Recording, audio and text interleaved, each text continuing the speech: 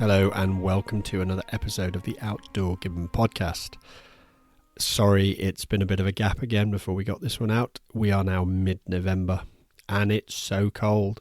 Finally, that summer that we kind of had has just broken, and all of a sudden, it's actually been snowing today.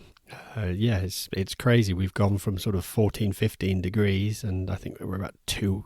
I think we're going down to -2 or something like that tonight. I have had to decamp from my office because it's actually got too cold, and I'm sat in my back lounge recording this podcast with 3 spaniels curled up around my feet and the fire roaring away in the background just for some warmth. I think we can officially say it's now winter, and it's not that long to the magic C word anyway. So with that change, I'm hoping now, already my pheasants have been eating a huge amount of food. We've already got through 2 ton of wheat, and we hadn't even had the cold yet. There's been that much wild food kicking about. Now it's obviously turned cold. I suspect they shall ramp up how much they're eating. So that will keep me and the syndicate busy feeding them. So in other news, if you've been following me on socials, you'll see that the algorithms have changed again, and now they have really tailored in on weapons and any item to do with a weapon, be that a scope, a moderator, etc. You can end up, if you have a public profile, taking a shadow ban. This is a real nightmare for expansion and growth, and at that point we have now teamed up with Style, which we did an interview with them back a while ago. We had Rachel on, who is the owner of the app and that new sort of social media platform. So watch this space as we go forward. We'll be working more with them hopefully, and there'll be more from that. We also visited our local game dealer and we had a good chat there, and we have lined up another podcast. So you'll be able to hopefully hear how the Scottish game dealers are doing it, and maybe it'll be slightly different to your local, if you're down in England or somewhere else in the world, AGHE or game dealer. And let's compare and contrast and see how things are changing. And really interesting, this all came about through the British Deer Society. But also there's a huge thing that I was on a shoot a couple of weeks back, and I was so surprised that shoots now have to pay to actually get rid of their pheasants, up to 75 pence per bird. It's absolutely crazy, yet there are people still eating chicken. It's like, why don't you just take pheasants home with you? Now, chatting to a few people, great, the bags are being taken home, but if they're still having to pay to get rid of some of these bags, we need to sort of push that game. Get it mainstream, get people taking pheasants, and even just a demonstration of how to breast out a pheasant and actually be able to get some decent meat out of it is all it takes. So that's my new plan. So watch this space for a bit more work on making game accessible to people. Right, this podcast is with the farmer and comedian Jim Smith. Now, I recorded this back in June, so I do apologise. It's taken me so long to get it organised and get it out, but it's just been a crazy busy time. He is, if you found him on social media, you will know exactly who I'm talking about. And if you haven't, go and look up Farmer Jim and start watching some of his comedy, because it is something that will keep you completely enlightened, and it is fantastic. I recorded this in his kitchen down in Perth. It was a bit of a crazy morning, childcare and all the rest of it, but hopefully you enjoy this. The Outdoor Gibbon podcast is proudly sponsored by the Shooting and Hunting Academy, an online training platform and UK registered learning provider that provides a host of accredited and nationally available courses and masterclasses delivered by leading industry experts. Hi guys, it's Rachel here from Style, the new social app for field sports and farming. Join our countryside community on the App Store or Google Play. Just search Style Country. Enjoy the show.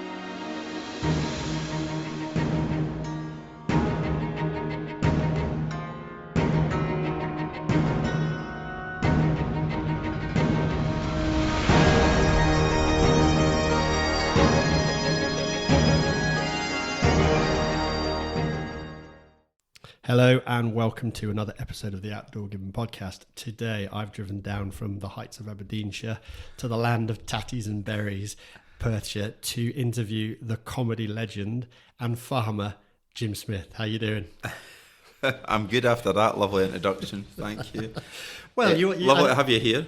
Thank you very much for actually bringing me down to your part of the world. Oh, yes, because I think that's the thing. I think folk think I'm from Aberdeenshire because I borrow the accent, but no, Perthshire born and bred. Absolutely. I think you're third generation farmer. Yes, third generation here, probably fifth or sixth going back, because obviously my grandparents' fathers were all farmers down in Fife, so but the third generation up here in Perthshire. Okay. So we're still incomers, I was going to say, it's the same being up with us. You're never going to be a local. No. 75 years last November since we've been here. So okay, right. So yep. So that sort of leads me on. Obviously, a lot of people will know you now from your comedy stuff that you do on the internet and the comedy side of things. But talk to me. Obviously, you just followed on in the family footsteps to go into farming. Absolutely, yeah. It was, I always wanted to do it really as soon as I can remember.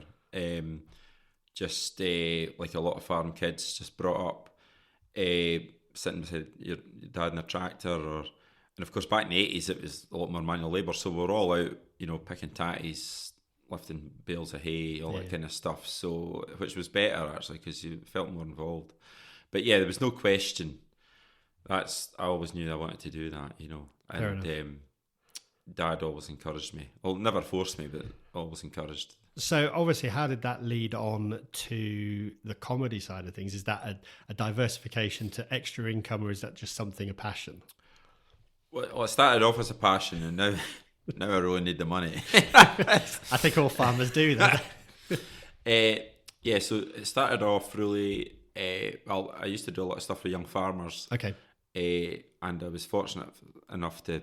I even ended up being national chairman of young farmers. It was just a great time in my life. But my favourite thing of all, because I've got tug of war and stock judging and a lot of good competitions, but I always loved the stage performances. We used to do the East Area Cabaret competition, which was a 10-minute song and dance routine with comedy as well. But also more, we did our own pantomime every 2 years, the Perthshire Young Farmers. So we started buying in scripts, and they were fine, but we would need to make them more local, local references. And then I just really loved doing that, so I ended up just writing kind of sketches within them, and then end up just writing the whole panto skit. So I got a buzz from that. So okay, because obviously, people will have originally seen you on sort of the BBC episode and stuff like that. Yeah, and it just went from there. It just went from there. So I by this point I'm early 30s and tooled for young farmers, and a few folk were saying, you maybe should do some of your comedy, and I just had that hankering, to do it. So I remember I just applied. I discovered that the Glasgow Stand and the Edinburgh Stand comedy clubs do a beginners night called Red Raw on a Monday and Tuesday, and I came across it. I'd never really even been to see stand-up comedy. It was always more kind of sketch stuff I was into anyway. Especially in young farmers, it was always sketches and that. Yeah.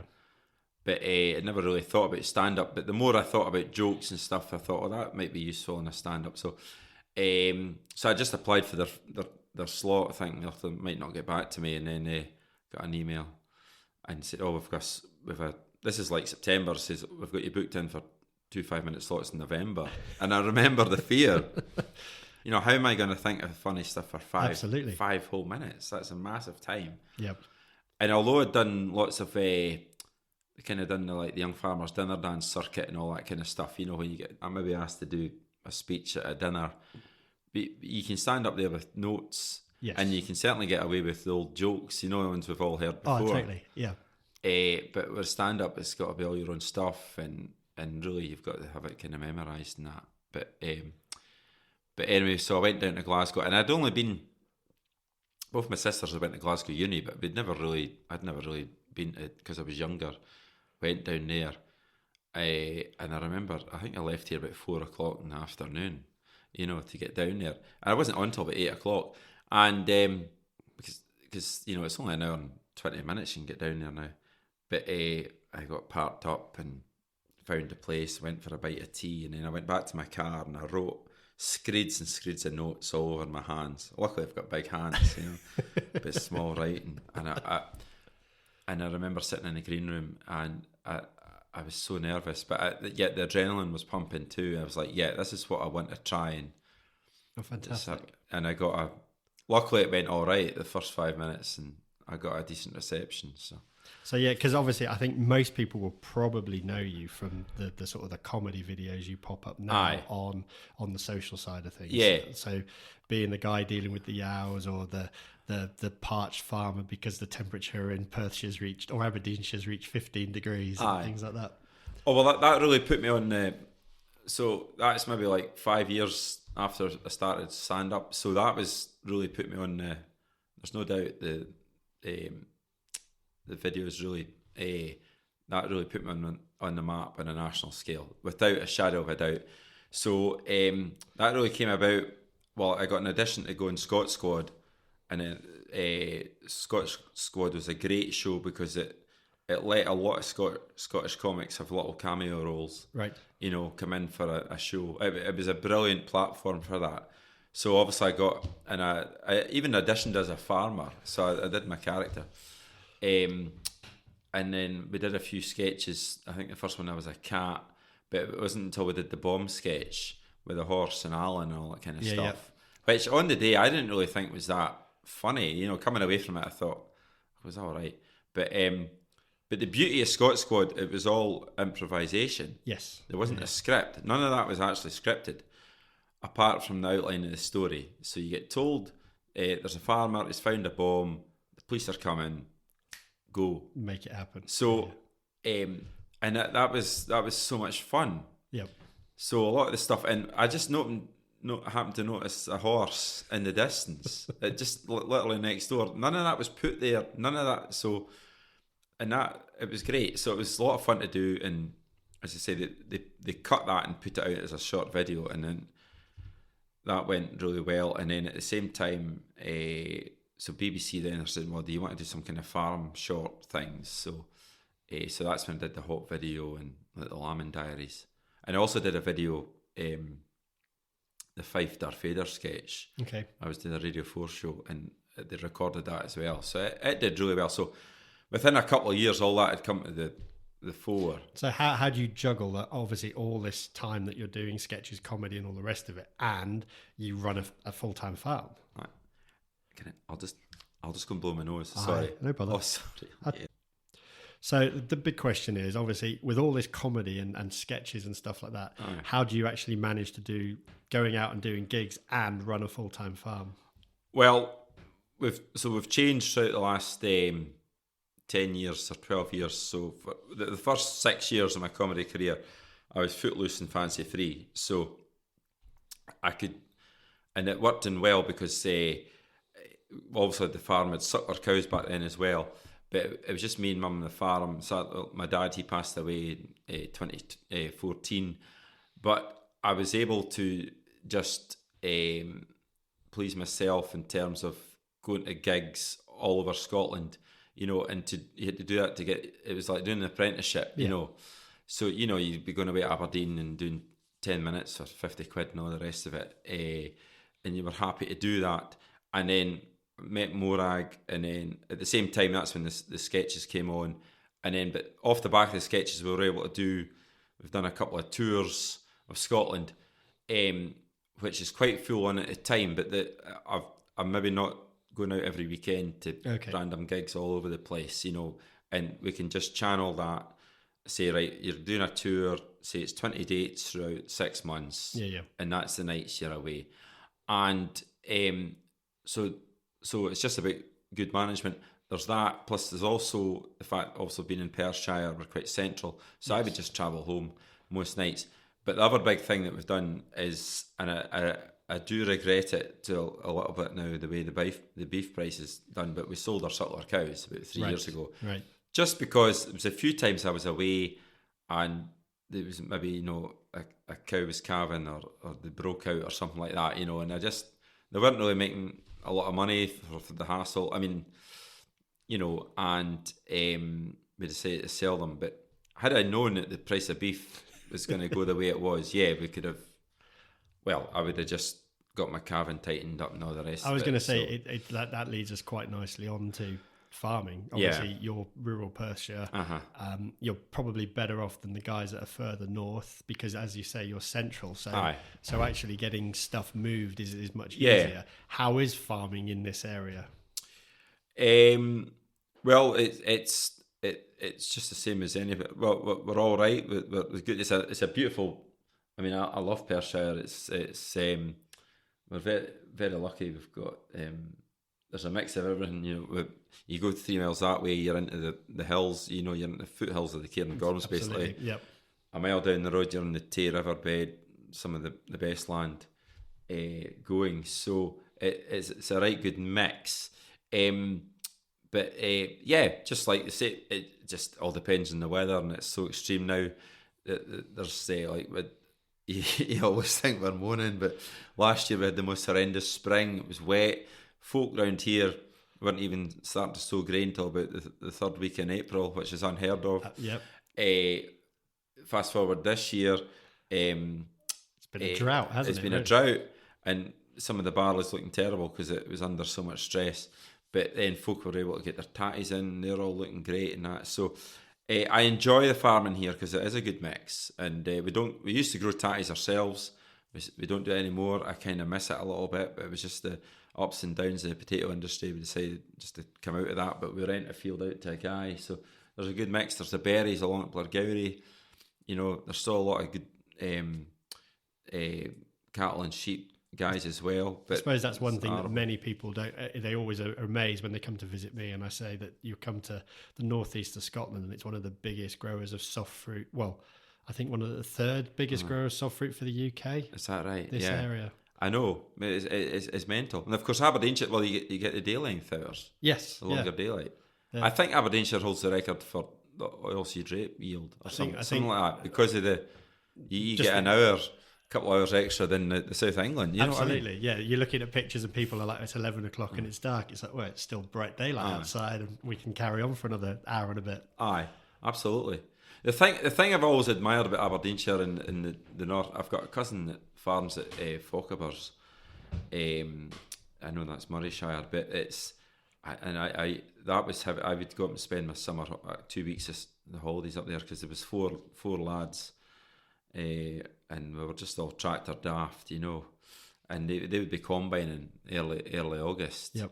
And I was so envious of my cousin because they would have like a week longer in the holidays as well in the summer because I think they only got maybe a week in the tatty holidays in October. So they'd be harvesting 10 days earlier and have a week extra. So my cousin basically got to help with the harvest. Yeah. I was so jealous of that, But Aberdeenshire, that whole northeast, there's just such a farming vibe.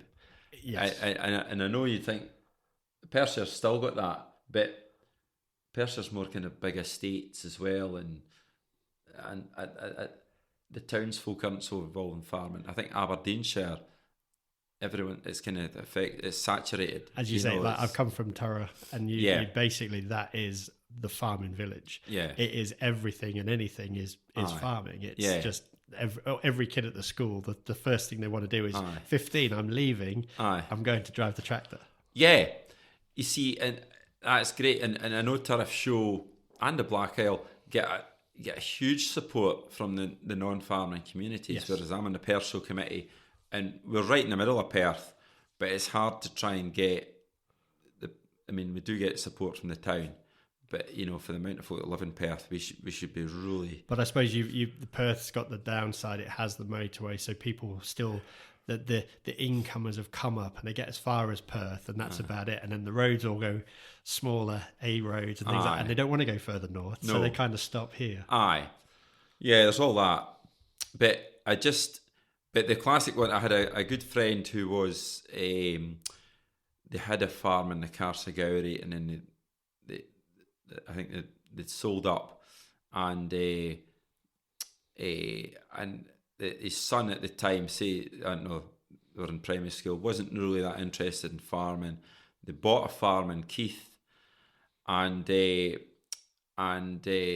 got there, settled lovely welcome. You know, the neighbours, as soon as they were there, neighbours champing the door, how you doing? We're so-and-so across the road and all the rest of it.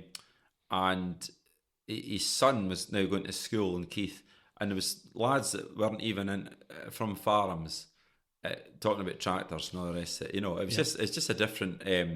It's much more. Everyone embraces it more. It is very much. So the next sort of point that we were leading to is obviously you've just kind of touched hit the nail on the head there. Do we see, we're from a generation that probably the internet was just starting, it was just coming on. We've now obviously got a completely new group of people. Do you see there being more youngsters wanting to get into farming, whereas probably from our generation there were more wanting to get out of farming? I don't know, it's a strange one because right, so the social media side has definitely put farming on the map more. Yeah. Well, that, and along with like the Clarkson's farm and all that kind of stuff as well, I would say that's a separate issue than social media. There's now so many folk doing stuff on social media about farming. The classic example, and he's done really well. First there was if you take it back a bit, Grassmen were the first guys. Yeah. To really say, and if somebody told me 15 years ago, there's guys and they're just making videos of chopping silage, and it's phenomenal. Yeah. I would have been like, oh no, nobody's going to watch that. Exactly. But now they seem to, every kid you see wants a Grassman hoodie or a cap or a set of overalls. But you see, it's the children, well, it's everyone. But I remember when I was watching Landward, if we got one glimpse of a tractor, I was happy, you know. So I could totally see that. And then there's the Hoof GP. He's done very well as well because he's got that kind of thing of it's like not shock telly, but it's like Dr. Pimple Popper. There's a cow, and then it's got all the gruesome bits, and then it gets all cleaned up and puts a plastic hoof in it, and that's the cow all better, you know, and that's fantastic. And then, but really Cammy Wilson, I've got to give big credit to. He's the biggest one in Scotland. Really, he's done really well with the sheep game. And again, if somebody told me there's a guy doing, it's just videos of sheep, but it's not just videos of sheep. He explains it really well and he's funny with it. But he's done phenomenally well. But he's also very clever, and he's done the whole merch thing. Yep. The sheep game. And every year he brings out a new design for the Highland Show and all that. So Cammy, and he's got his job in Landward. So that can only be a good thing.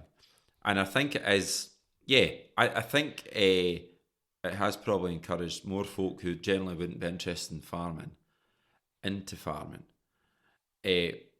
which is great. But it's, as you know, it's that old problem. Land availability and the price of land. So, in one hand, the farmers are moaning, "Oh, we can't get staff." But then, the other hand, there's folks saying, "Well, we want to farm, but we can't get staff. We can't get a lease. We can't get do your own farming." Yeah. You know, and there is a big difference between being your own boss and having your own farm and having to maybe be a farm manager, because after we gave up tatties, just me and Dad at home, there probably wasn't enough work or income for us. So I got the chance of a manager's job, I was in charge of the arable crops at an estate about 2 miles down the road here. And it was a great experience for me. I was late 20s, and it really helped me, actually. It was a great experience in terms of like management and budgeting and all that kind of stuff. And the owner, the boss, was a really nice man. And a great guy, but folk thought it was fun spending other folks' money on it, but you've got the responsibility of, you know, making sure like 800 acres of crops were going to come in good. Yeah. But at the same time, my heart probably wasn't in it, because it wasn't yours. You were just making money for somebody else. You know, and I would look over the river and look at my dad's field, and it was probably a step too far, because I'd never had any time to really come back and help Dad, you know. So it was a great learning curve for me, but at the end, I just had to, you know, I says, thanks but no thanks. And after a year and a half, I came back home. to be dad, with dad, and it actually really made me appreciate what we've got here. We're only 250 acres here, but and we're tenants. We don't own the farm, but we're tenant farmers. But it's all our business. Sheep, cows, the overdraft is all ours. I was going to say the only bits you own, the sheep, cow, the overdraft. But I wouldn't swap that for the world. No, and I know I'm very fortunate that we're secure tenures here, and that's like that's another thing. Teeth. I was going to say that's another thing that many leases don't have, no. And I've got friends that have the family that lease dies with his father, and he can't take it on, and that's the end of the farm. Plus now these leases aren't available. You're only getting a 10 or 15 year lease. And the other thing as well is that if the estate would either, like round here's lots of estates, so when the old farmer comes out the tenancy and gives that up, or if there's nobody coming on, the estate don't release that. They'll take it back in their own hands, or they'll lease it out to a guy that's already got 1,000, 1,500 acres that they know that they'll come in, and you can't blame them. They'll come in, they'll handle it well, they'll pay their rent in time. There's no hassle. Yeah. But it breaks up that small farm. You lose that. It's another group of people that are part of it. It's the same. I think this ties not just with the farms, it ties with the keepering and everything. You end up losing the community because all of a sudden that house, that farmhouse, well, we might not do anything with it, or we'll just rent it out to somebody, and the people that come in potentially aren't going to be part of they're going to moan about somebody combining or I know, and you're up against it. I think a great reflection on that is young farmer club membership over the last 50, 60 years. So in mum and dad's time, there was maybe 8 clubs in Perthshire. There was Blairgowrie Club was strong. It would maybe have like 80 members. There was clubs in Ayrshire would have like 150 members, all that kind of stuff. I think the National Association at that time would have maybe 60, say 60 or 50,000 members. By the time I got to be chairman, I think we were around about 3,500 members nationwide. There's only 4 clubs in Perthshire now, and although the members are really active and doing really well, but that's just a reflection on the shrinkage on the school. There used to be 60 pupils at the local primary school. Now there's, in fact, at one point it was down to about 20, but it's went back up. I think there's going to be 40 this year, which is great. But it's just it's a reflection on farming. The rural community is just not there. Plus, folk don't breed as much here. I was going to say that's the other thing. Yeah. We were was families of 5 and 6 were quite common before the internet and dark nights. Nothing else to do. The Outdoor Gibbon podcast is proudly sponsored by the Shooting and Hunting Academy. Through the academy, shooters, hunters, and those involved in the use of firearms can gain an in-depth and unique level of training that enables them to shoot better, behave more effectively in the field, up their strike rates, as well as learning new skills. Crucially, those new to deer stalking, the Academy also offers the Proficient Deer Stalker Certificate Level 1, the PDS-1, a deer management certificate that is nationally recognised and accredited both by LANTRA and UK Rural Skills. Visit the Shooting and Hunting Academy to find out more. Let's get back to the show. We'll divert from that question.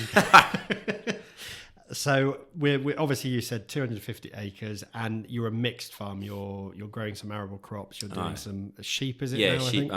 One of the things that my worst nightmare, because sheep just seem to be one of those things that always wants to die. Yes, that is their ambition in life. But the thing with sheep is that they're quite simple to look after. And is that you're just bringing those on for meat, or are you just bringing those on for lamb? Well, we try and fatten all our lambs, so everything goes fat through the ring at Stirling at the market. But if we're a bit tight for fodder, we'll sell some store. But we'll keep our own ewe hogs back for replacements and fatting. I like to try and get as many fat, especially off the grass if we can. But it's just the nice thing about sheep is that you can buy a ewe, and in October put her to the ram, and even by next July you've got a lamb to sell off her. It's a great way. Whereas cows, if we hark back to young folk trying to get started in farming, the way the price beef went, it's great for the guys that are in it. But I think a heifer and a calf at foot now, you're talking about probably $4.5 grand. Yeah, there's a long time before you get your money back on them. And that's the thing. And you see there's a lot of people doing sheep because there's a lot of hillside to rent, and you can get out there and be a hill shepherd and throw stuff on it. Well, that's the other thing. That's the other thing I noticed as well, because we just had a holiday up in Kinlochbervie last week, which was absolutely stunning. But from Inverness all the way up there, it's a 2-hour journey. I hardly saw one sheep on the side of the road on a hill. Right.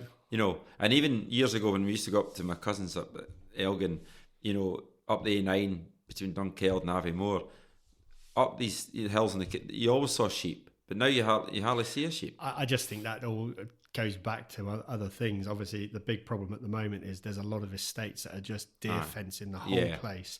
And once they've deer fenced, they want nothing in there. So there's no grazing. The sheep are away. They want the deer out. And I think Scotland has changed dramatically. You just said you've not seen sheep. And I think the whole thing is there's a lot of big estates being bought up, unfortunately, and losing everything.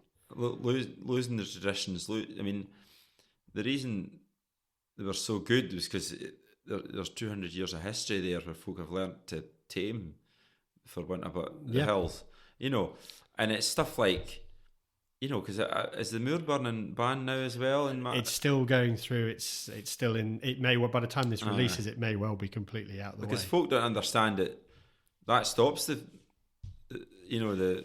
fires, does it? It stops the fires. It's new. It gives new shoots for a lot of wildlife and the grouse to move into.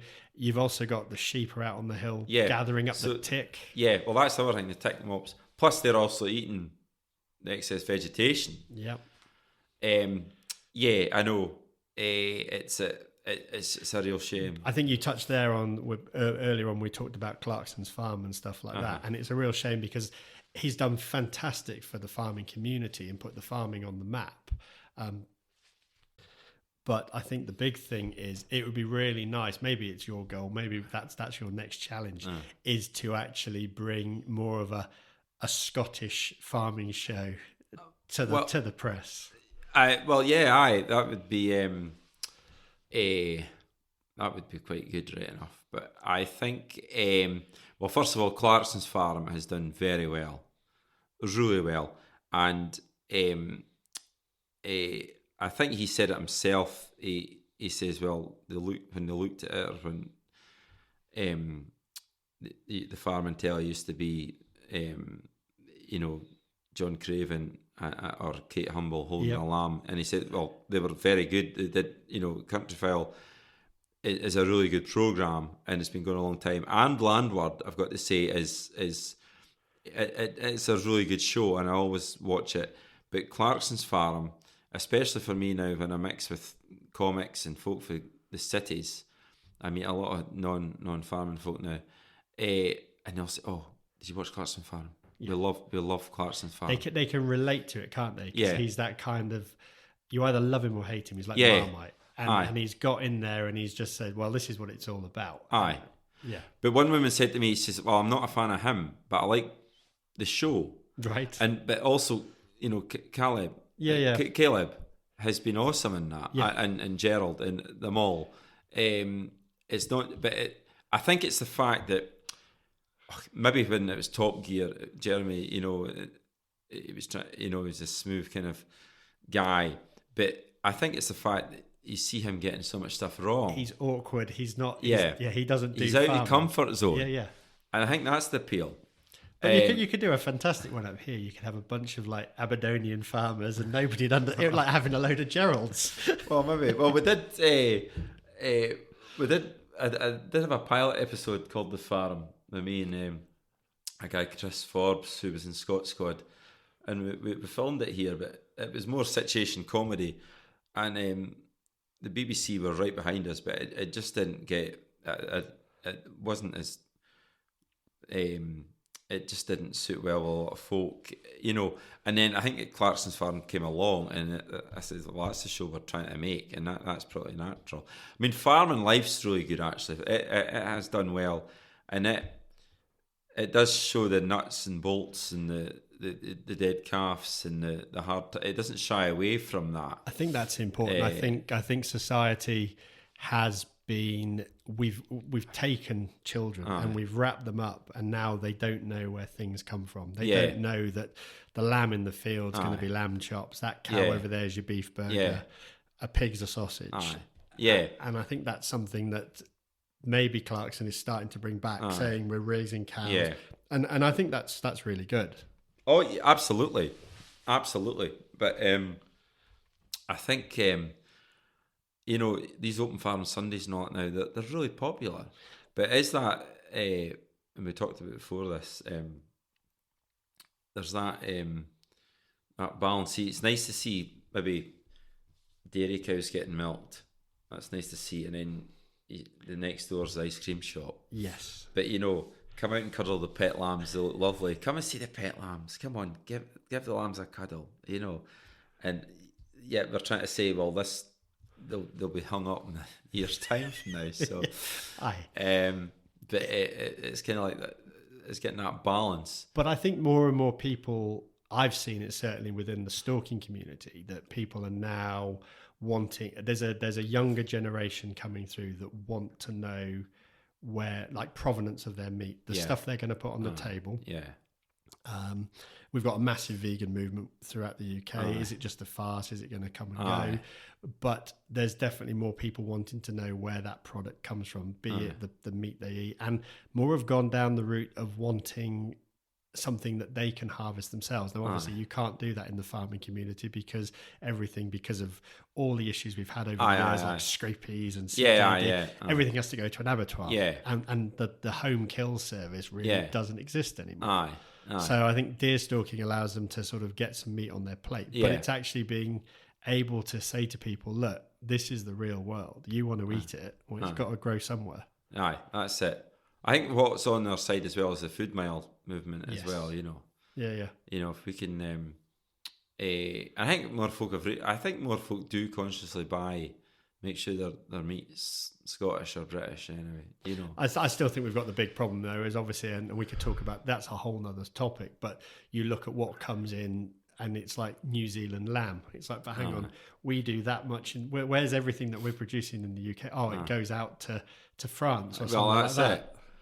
I know. I don't know how it all works properly because we rely on these exports. I mean, but see, last year the price of lamb, it was phenomenal. Last Easter, I mean, folk getting like £200 for their fat lambs and that. Right. It was just, and but and the supermarkets got caught out. And I have a pal that was in the beef industry, and a very clever guy, really clever. He says the supermarkets will not be making that mistake next year. And although the trade this year was reasonably good, they made sure that they had, bought in plenty of legs of lamb and all the rest of it, It's funny. Somebody said to me if they could make a lamb that had 8 legs, because it's the leg of lamb that they want. It's the leg of lamb that people want, isn't it? They don't, all the rest of it, the trim, what do you do with it? Yeah.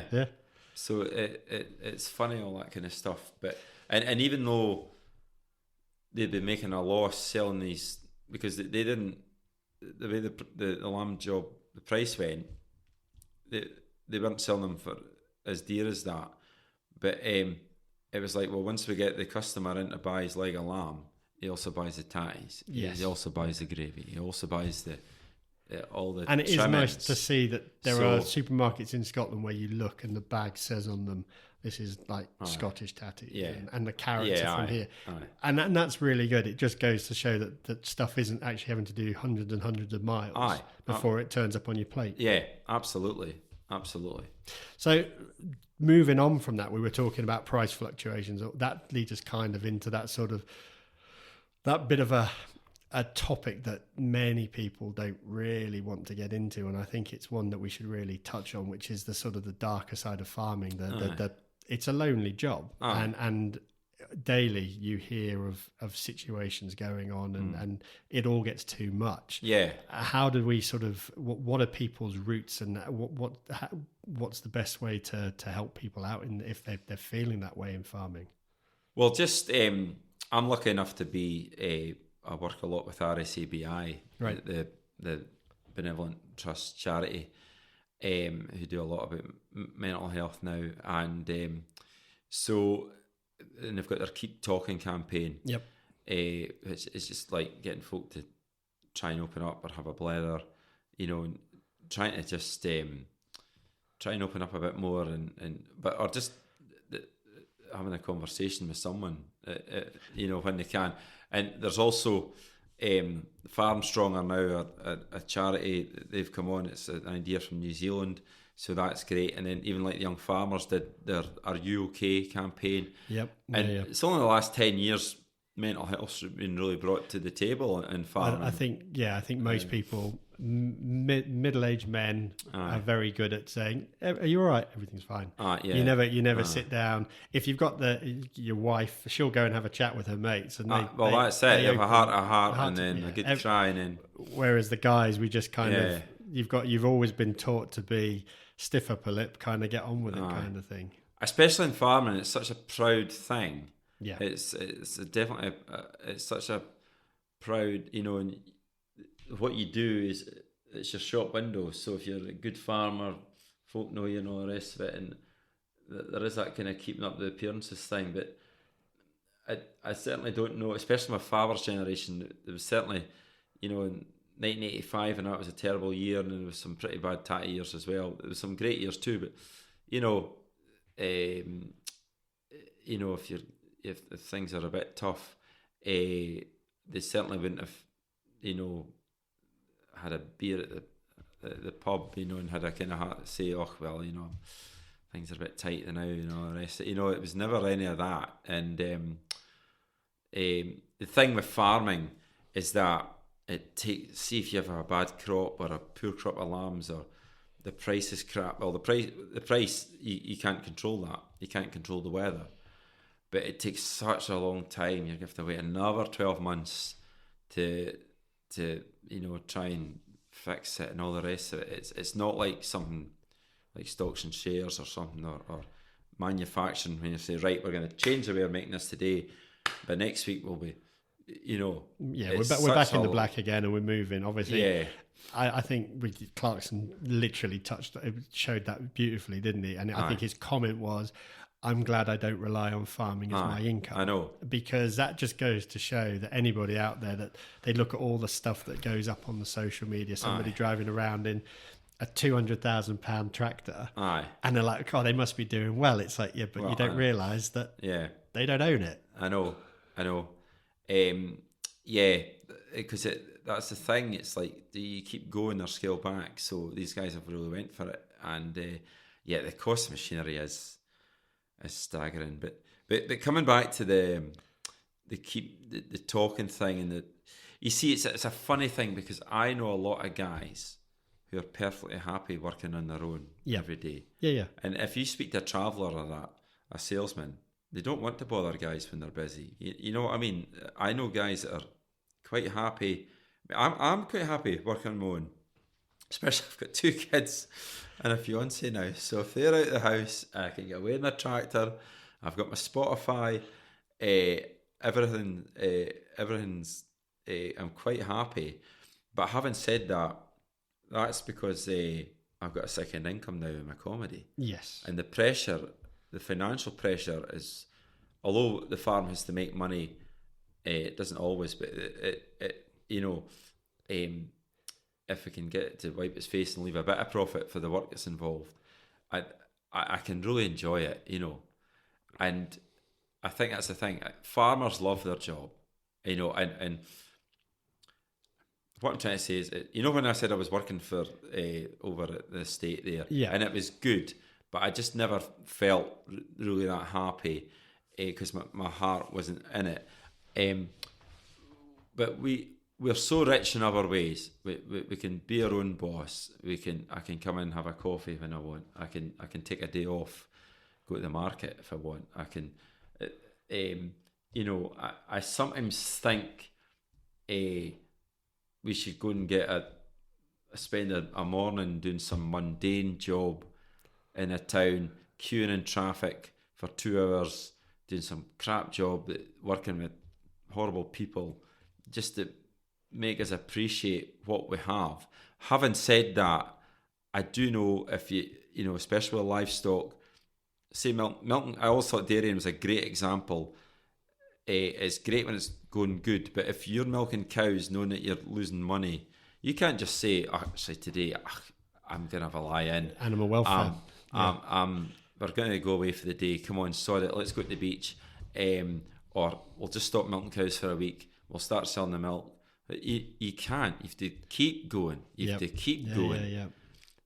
So I think farming and gamekeeping are one of those things. It's not just a 9 to 5. You can't come in at 5 o'clock and go, I'll just turn the farm off. I'll press the button and that's it. It's 24 hours a day. Calving, lambing. Yeah. The looking out the window. It's been non-stop rain for a week. It's just like, I know. Yeah, absolutely. The winters here, I don't know. Well, I'm certainly a lot happier in the summer. I mean, I love like mid-March onwards. I love it. The winters, especially when you used to have tatties, when we were just dressing tatties, it was just quite mundane, But so it's that thing of like farmers, they love what they do, but you have to make money at it, because that's what pays the bills and all the rest of it. You know what I mean? And I don't think they even want to make much money from themselves. I don't think they're fussed for that. But when you've got folk on your back, the brown letters are coming in, folk are hounding you to pay bills. That's not nice. I think that's what gets folk down. I don't think nobody's wanting to make a fortune, and it's keeping the farm going. It's being able to live and have a life, knowing that the next generation potentially are going to enjoy taking that on. Yeah. And I think that's something that's come up in the press. Obviously, the way that the farm inheritance tax and all the rest of it has probably turned what was actually starting to make a turn and people were starting to enjoy it. Suddenly gone crazy, because you can see it, the protests and people up and down the country really worried about this. Well, absolutely. It really has. The folk really worried. Folk have worked very hard, and as I say, we are trying to encourage the next generation in. And now they're saying, well, it's gonna cost you if you know what I mean. Or we're gonna have, and folk don't understand. You just can't sell off a field, so say to pay the tax or whatever. That's it. It's all right if you've maybe got a spare bungalow or something on the farm, but you just can't say, well, we're selling that bit, because it's you need all that. It's that whole it's the whole package, and as you say, like the 200 horsepower tractor, it's not just saying you've got a farm worth 1.5 million or 2 million. You've probably got £500,000 worth of kit there as well. Yeah. But it's trying to get that message over and trying to get the public behind us, which can be quite hard at times. And I think it was a celebrity, I can't remember who it was, tweeted, well, I wish I had a 1.5 million farm to worry about. And you can kind of see the point of view, but it's about educating the public, saying, well, it's actually not as simple as that, And I think that's where they don't see it. I think that's where social media has its negative side to it, because nobody posts anything about I'm having a really bad day on here. Well, if you do, then you don't get many likes. But everybody posts about, look at this, look at that, and it's the dopamine. So people look in and they look at the farmer and they look at the young person that's doing TikToks, and it's all great and everything living the dream. But behind that side of it is like that 5 minute or that 30-second clip. There's a whole load of stuff that you haven't seen. Absolutely. The only thing I would say about the protests is, buy an old car. Go down to London in a 30-year-old Datsun. Don't go in a Range Rover. Don't go in a 24-plate Range Rover. Yeah, exactly, because it doesn't look good. But I'm all for the, and that's the only way we can get folk to listen. But it's it's a hard one, that. So I think we'll come away from that, and if anybody's got any questions, there'll be links and they can go and have a chat. And it's the same in the gamekeeping world. It's the sort of look out for a mate. Let's move on to a lighter note. Obviously, I think you've got a tour you're planning to take potentially down into England. Yes. So I've got. I'm just looking into it just now. I because I've had 2 tours of Scotland. And I think everyone up here's heard all my old stuff. So it's like, well, before I'm trying to write a new show for Scotland for next year. I thought, well, I've got all this material, but just with having the kids, 2 kids in 2 years, it's been pretty full on. But now they're a bit older, and I don't feel so guilty about leaving Morag with them. I think now is my time to dip my toe south of the border. I've done the Newcastle stand. But I've just which was good fun. But I've got 2 nights in Carlisle, which is literally just dipping my toe in the water. Isn't it? What is it? 12 miles over the border. Dip my toe, and it sold out pretty well. So I've got that coming up in early July. I'm really looking forward to it, actually.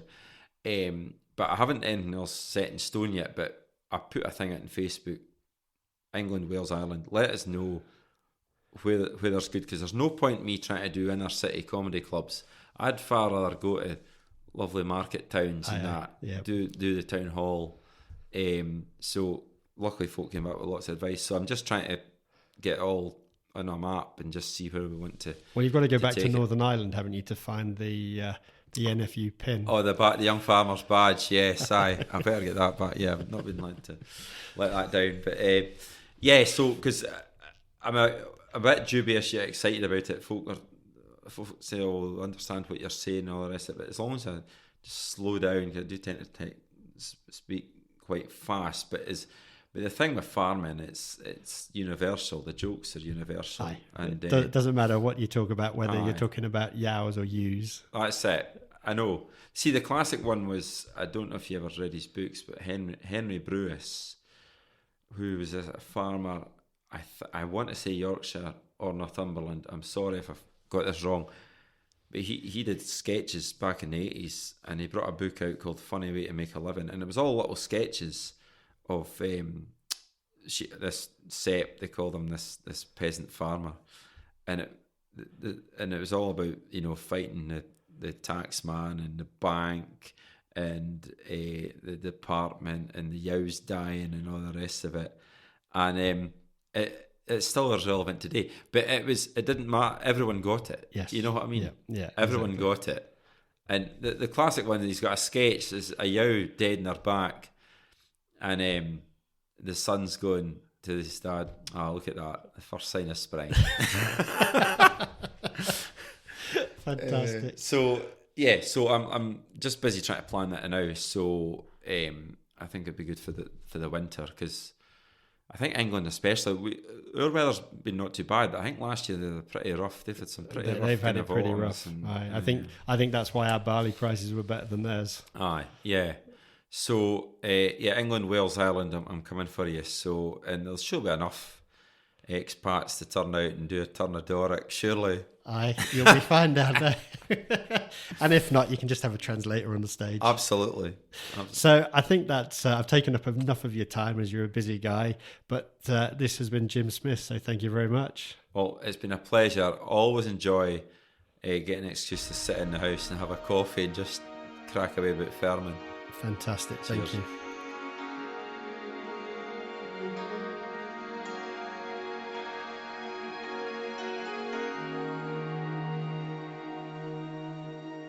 I hope you enjoyed that podcast. It certainly was a pleasure to make it, to meet somebody you've seen on the internet who brings joy and happiness to a dull day, and then actually to get to sit there, enjoy a coffee with him, have a blether, and bring you something that you can listen to. If you don't follow him, go and find him on the internet and have a look. He is certainly very much worthwhile having a look at some of the sketches and the comedy he does. Absolutely have you in stitches. I remember while we were actually having the coffee, Jim has now one of the Outdoor Gibbon podcast mugs, which then leads me on to the nice point of the Outdoor Gibbon podcast merch. Don't forget, we've got those hoodies, beanies, t-shirts, mugs, stickers. They're all available. If you want anything, we hopefully will get a website up at some point, but just drop us either an email, a DM, either on Facebook or Instagram, and we will give you the way to get hold of that and send you something out. And on that note, thanks for listening, and we'll catch you on the next one.